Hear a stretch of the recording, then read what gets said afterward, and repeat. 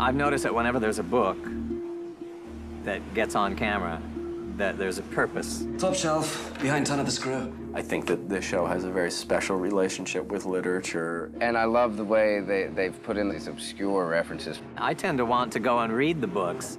Alice in Wonderland. Watership Down. A Brief History in Time. Wrinkle in Time. The Third Policeman. Stephen King. Stephen King.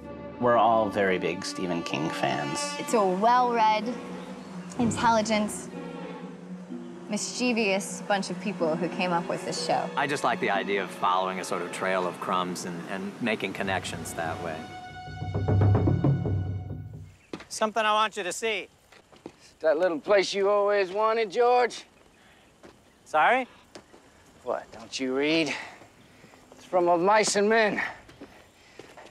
You like it. Puppies get killed.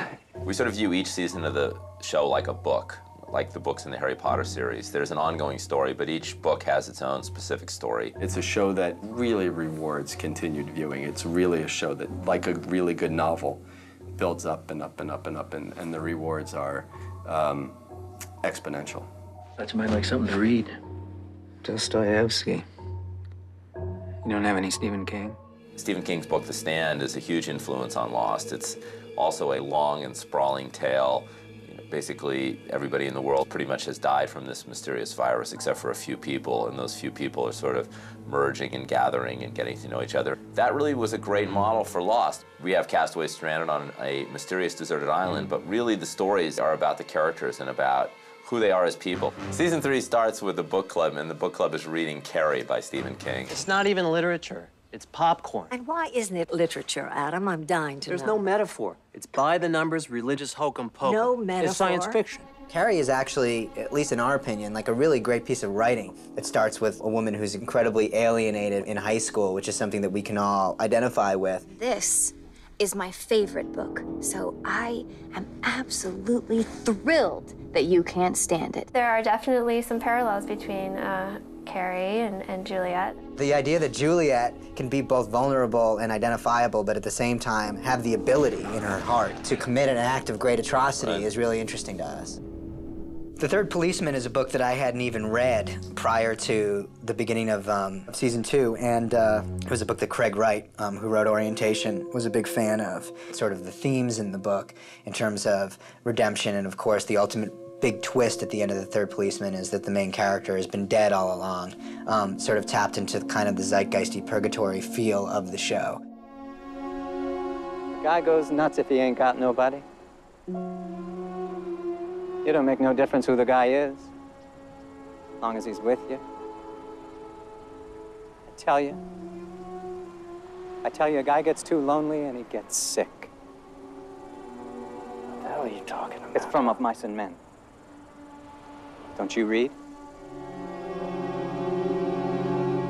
I think there is a great sort of model in, in genre storytelling that kind of goes all the way back again to Dickens with The Christmas Carol. That idea of being able to see your life, knowing everything you know. We figured that we had a real great opportunity to do that just this once with Desmond and explaining how did he acquire this power to see the future. There's a very Dickensian quality to Lost in general in terms of the way that we use coincidence as a storytelling technique, but also the way that Dickens wrote his stories, which was in a heavily serialized fashion, Great Expectations sort of doled out and, was published in newspapers and, in little mini books. You'd read it a chapter at a time and he would get audience and fan feedback. It was a very primitive sort of, internet. I've read everything Mr. Charles Dickens has ever written. Every wonderful word. Every book. Except this one. I'm saving it, so it'll be the last thing I ever read before I die. Nice idea, as long as you know when you're gonna die. There's a fairly well-known story in literary circles that, John Irving has a copy of Our Mutual Friend, and that he says it's going to be the last book that he ever reads. We sort of expropriated that idea and gave it to Desmond. As cheesy as it sounds, like when I was growing up, I'd watch Saturday morning cartoons, and between the cartoons, like, TV actors would be like, reading is fundamental. These racks and shelves contain a lot of books. And they would hold up books and, like, they'd be like, go out and buy this book. How do you feel about them? Are they your friends? Lost is sort of trying to do that again. Hey, check out this book that Sawyer's reading. Hell of a book. It's about bunnies. I love that Sawyer is a bookworm, and I love that he reads anything and everything. Things you would not typically think Sawyer would read. He's looking at a library from 1970-something in a hatch, and then whatever is on the plane. That's the thing I love the most about it, is that it's not like he can go out and buy a book. He can read what's there, and once he's done, that's it. Reading to the baby, if you remember, he was reading his car magazines to the baby. Christine, in one of our episodes, really wanted to have Sawyer reading Are You There, God? It's Me, Margaret, and I thought that was hilarious. How's your book? Predictable. Not nearly enough sex. I always imagined that he read all the books that he really wanted to read first, that were cool to him, but now he's getting to the Ayn Rand. Fountainhead's a very intimidating book, but I think that when he started reading it, I think he probably really loved it because there's this character in it called Rourke, a sort of a renegade, who is very much like Sawyer.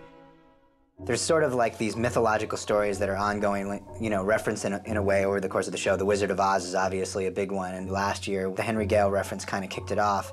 But then, of course, the imagery of the Wicked Witch of the East, who gets totaled by Dorothy's house in Kansas. This year we continued there, and then obviously with an episode called The Man Behind the Curtain. I think there is no Jacob. You are the man behind the curtain. The Wizard of Oz. And you're a liar. We've always envisioned Benjamin Linus as that kind of a guy, but maybe now we're beginning to believe that there is, in fact, an almighty and powerful Oz, and if he is almighty and powerful, that might be a very scary thing indeed. Sometimes people think that if you're doing genre television, that it can't also be substantive, and I think in Lost we're trying to, you know, really address kind of serious thematic concerns. I mean, this is a show where the title Lost is really more about how these characters are metaphorically lost in their lives than literally being lost on this mysterious island. I never realized that. Really? That's pretty cool, isn't it? Deep. People saw the pilot, it was kind of like, oh, is it going to be like Lord of the Flies? In the reality of our world, Lord of the Flies has actually been strangely inapplicable. Lord of the Flies is about a group of kids and how their society basically breaks into two. One is savage and one is civilized. There was an unseen monster, and they started killing each other. But well, actually, it does seem like yeah, I stand corrected. Honestly, the savages are our people, the castaways. Well, you know. You keep defending the others, and I don't know why you do that. They tuck their shirts in, and they have refrigerators. Savages don't tuck their shirts in. Look at you. You're a savage. That's true. So I guess I'm out of the book club.